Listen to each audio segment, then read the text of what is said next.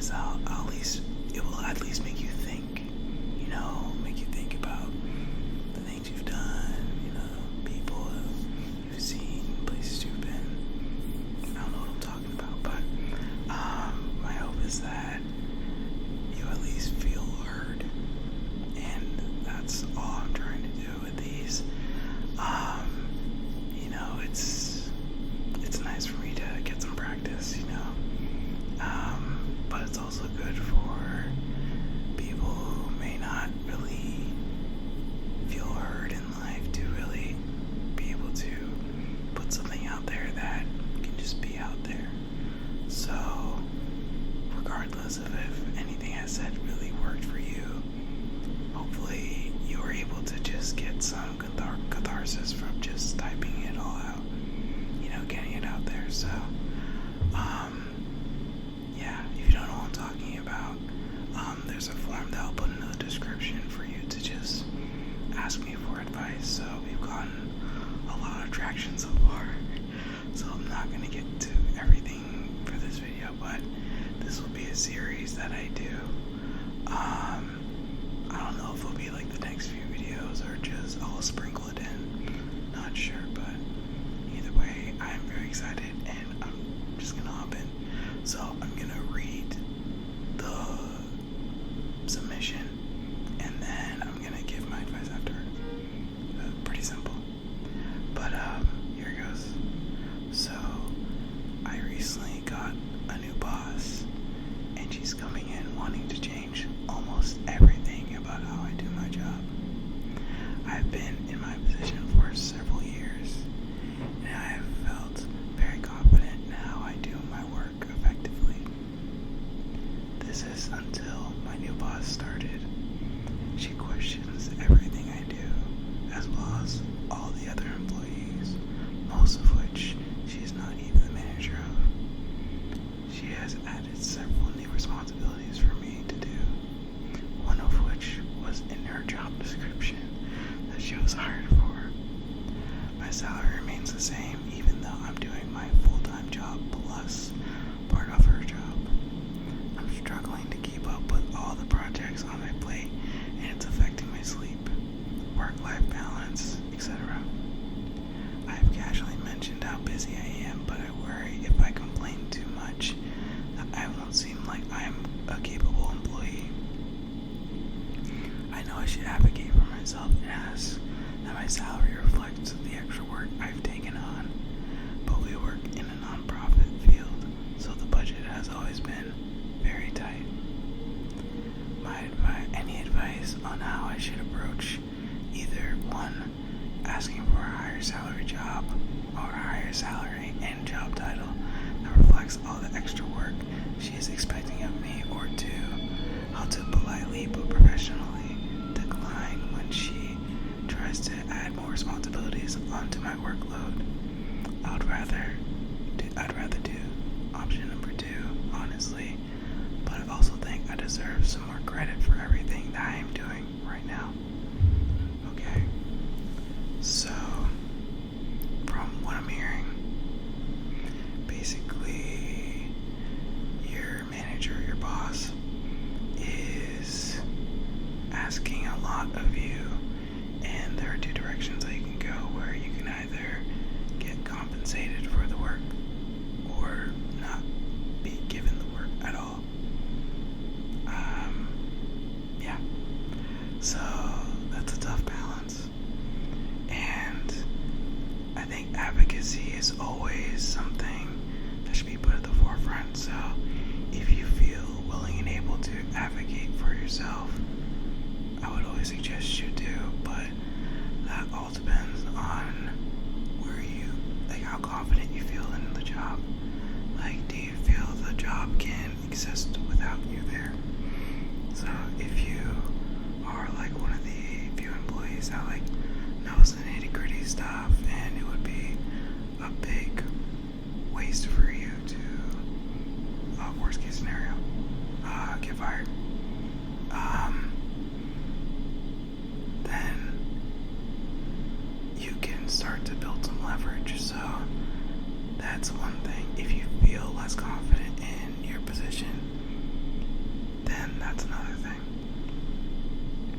So, I think of the two options, I do agree that your option to basically professionally declining is a good option, and a way to go about it is to ask for job clarification, because you want to make sure that you're doing what you feel that you were hired to do. So if you could have a conversation with your boss saying, I would like to redefine or re-clarify what it is I'm doing for you so I can do it the most effectively, then you can hear from her directly what she expects of you. And if you want to bring up some of the extra things that you're doing that are not a part of what she said, then you can bring it up then. But yeah, so I would just suggest that you just have a meeting and talk about what exactly your role is. Because if you're not sure what your role is, or it doesn't seem like she's sure of it, that's a big no-no. So she should be able to respect you wanting to clarify your role, but do it in a way where it's like, I just want to make sure that I'm doing everything I need to do, and I understand that you're busy, so I want to make sure that I can help you in the best way, but I don't want to get too much on my plate as well, because when I got hired, this is what I agreed to do. So yeah, basically, if you didn't hear anything else, just try to have a conversation either way, because asking for more money is probably going to be tough and will lead to it going in a not so great direction, just based off what I've been hearing, especially with a nonprofit. So I hope that helps. And thank you for submitting. I love these. Okay, next scenario, or not scenario. Next person. Starting a new job / experience in my life and navigating a long distance relationship. My boyfriend and I have been doing long distance for 4 years. We met in college and both moved back home after graduation. Him to start a new job and me to pursue a master's degree. Now we're kind of in a limbo spot where he's ready to move out, but since I just finished my degree, I'm not quite there yet financially. I want to quit my current job eventually, but I don't know if now is the time. Long distance is just getting harder. I don't know if there's a right answer, but I'd love some advice. And in the form, you can ask for the type of advice. And so they said tough love, also caring but honest, but they kind of left it up to me. So one of the hardest things for us humans to deal with is transitions, because we get very comfortable with where we're at, and any time we divulge from that path, it's upsetting. So navigating that with someone someone that you don't see physically is a challenge.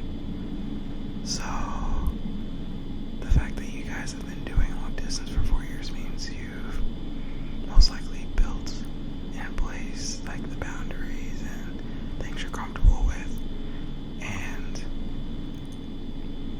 that is great when you can do that. It really strengthens the relationship, because you are put to the test pretty much every day.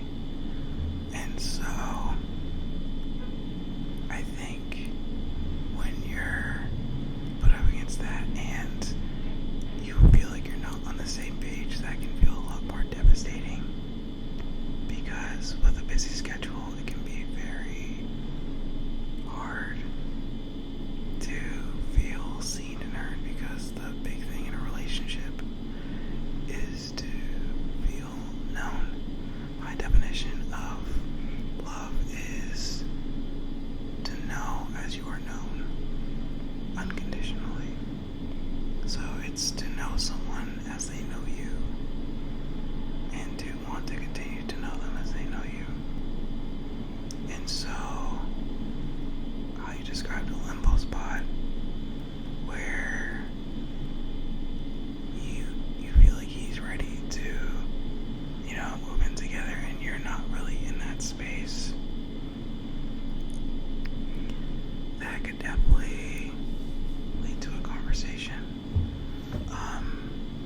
Because with this transition, you are basically in a space where you can't really move, at least in your own head. Well, actually, financially, yeah, it's pretty set in stone. You can't really move. And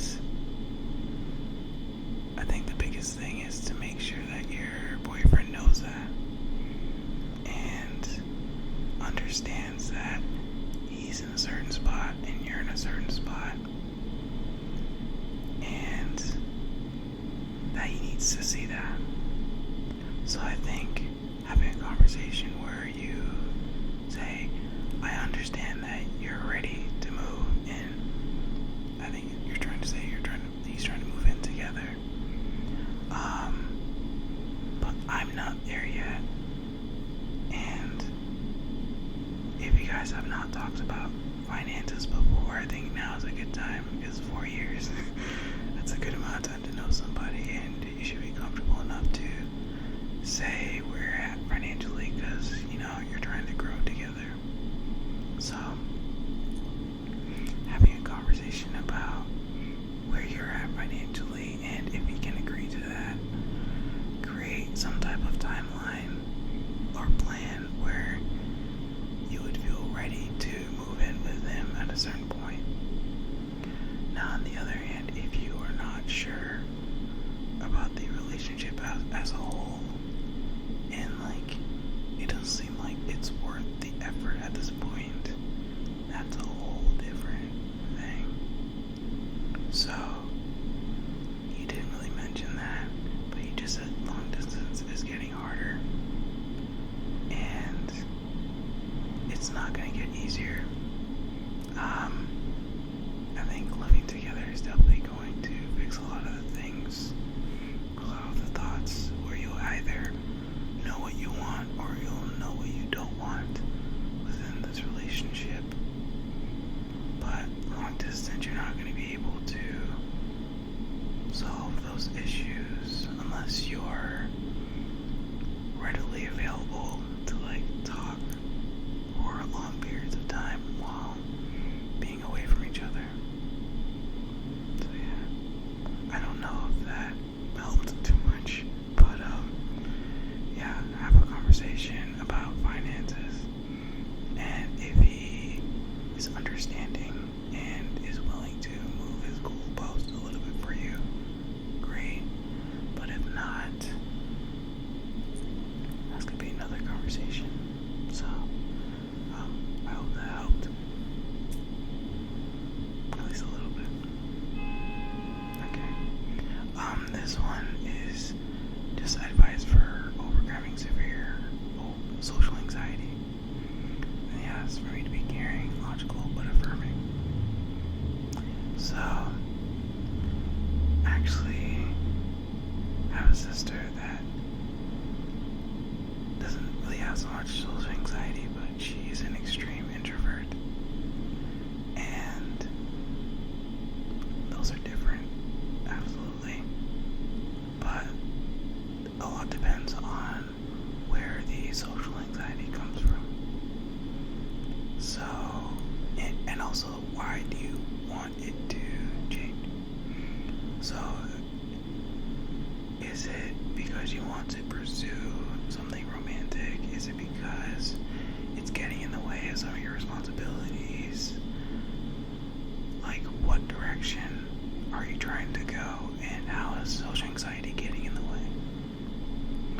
Because social anxiety can come from a place of not wanting to feel judged. And that can be remedied by a lot of different things, but a lot of times it is just understanding that that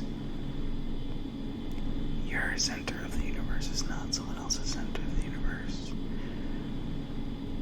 9 times out of 10, people are worried about their own stuff, and they're worried about how they look to others, and they're not really focused on how others are around them. And so, to cope with social anxiety,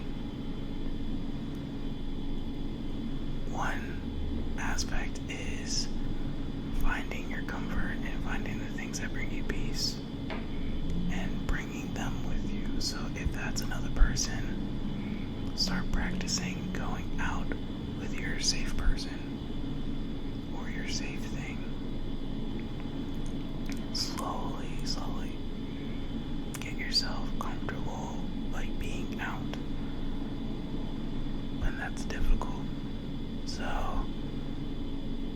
I think the first part of overcoming severe social anxiety is figuring out why.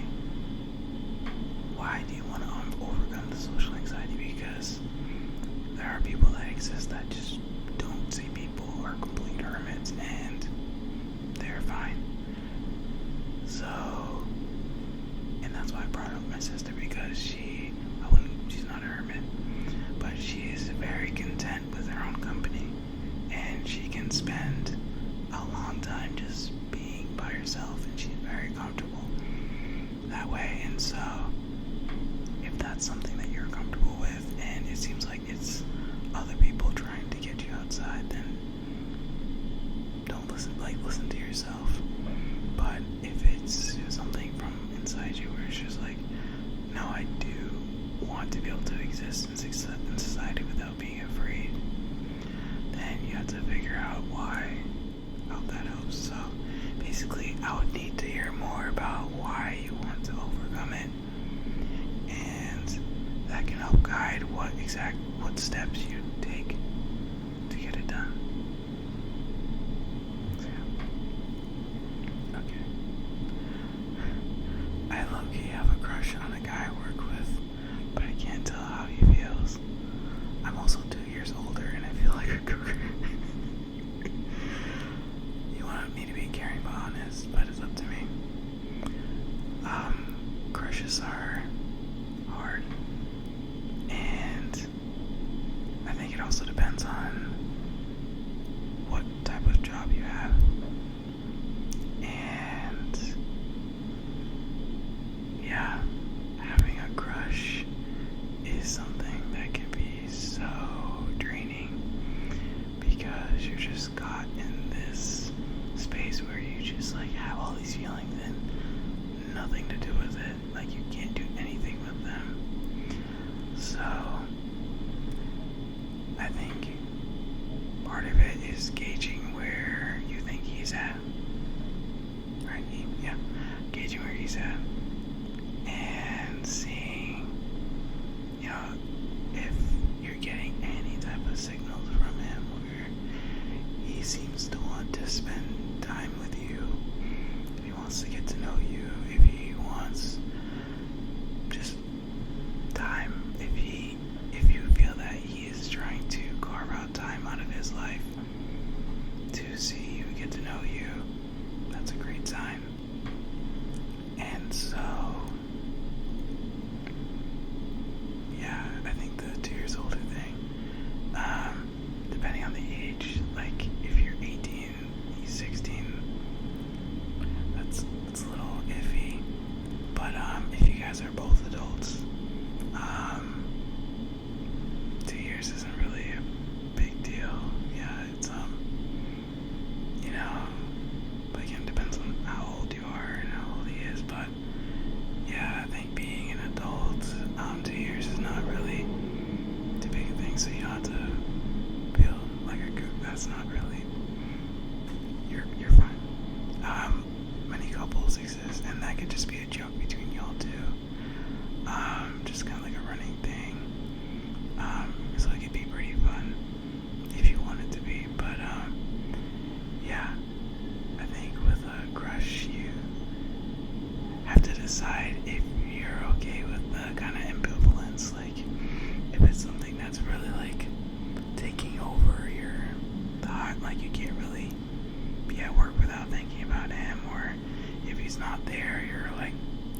sad. And the biggest thing is if you're thinking about him a lot outside of work. So if you're like wanting to send him like reels or TikToks, if you're wanting to do all this and that, then you might want to resolve that ambivalence. So I think confessing to a crush, that's something I used to do too much. And now I'm in a very committed relationship, but I would have wanted to reel that back and really take the time to get to know somebody, because one big thing about crushes is that we have them at this like such a high pedestal, when we have to realize like they are like people too. And if a relationship is something that you're looking for, you should start to look for things that are relationship worthy in him. So yeah, I would say like do the work to not have him as this perfect being, you know, that can't be touched, and make it more real, where it's like, okay, I like him for this reason, and he would be a great partner for those reasons. Once you start to see that and you liked him for a while, then I think, and if this already happened, then I would start to move towards seeing where he's at and asking him like more questions, like, how do you feel about me? Are you interested in a relationship? Things like that. So yeah, hope that helps. Crushes are hard to deal with. I will say that it's difficult, but I hope that helped out at least somewhat. Okay, this is the last one that I'm gonna do for this video. And I remember getting a few of these, so this person just wants to know about college and how I adjusted to it. They kind of wanted some tough love. Care about it. It's a little sarcastic, but it's up to me. So I'm gonna say this to cover a few of the questions about freshman year of college. But first off, it definitely depends on what college you're going to. So if you are dorming on campus, that's a big thing. And if you're commuting, that's also a big thing. And I would say the biggest adjustment for college is realizing that your time is up to you.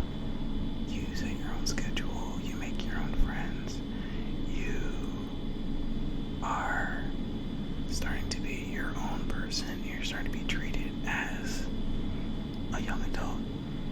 And with that comes the responsibility of knowing your schedule, knowing how you work, and knowing what doesn't work for you too. So I think being comfortable with self-exploration is gonna help you out a lot in college. So not feeling like you're stuck in a certain situation or another, but realizing that you're in a place where you can make mistakes, but you're also trying to form yourself. And being able to strike that balance will help you out a lot in college, because I went into it only wanting to be responsible and only wanting to get my work done and not really having a solid plan on how to do it. And so I was doing my work but not knowing how I studied, not knowing the friends I was looking for, not really knowing myself. And so being able to take the pauses and say like, okay, I'm realizing that this is a part of who I am. hanging on to that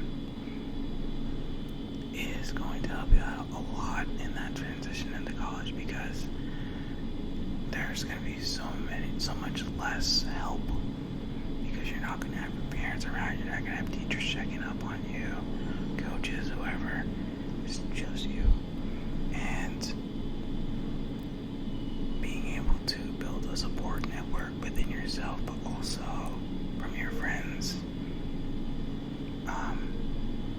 that's going to be the biggest thing that's going to help you out in college. Now, for commuters, that's a little different. If you're commuting into college,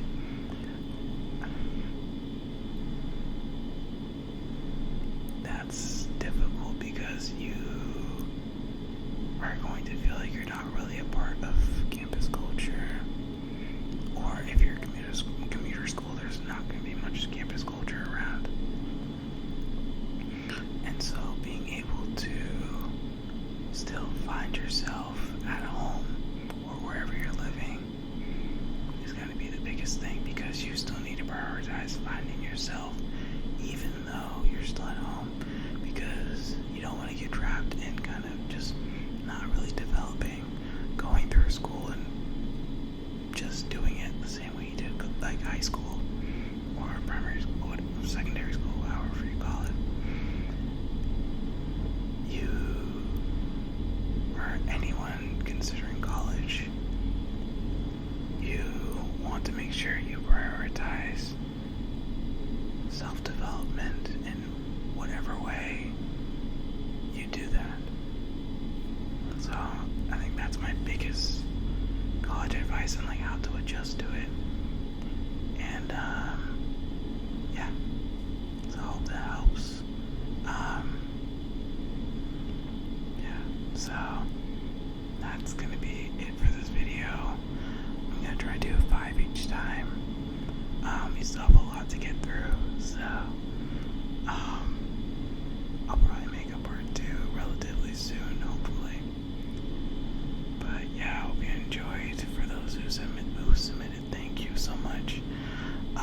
You can keep submitting if you want. This doesn't have to be the one-time thing.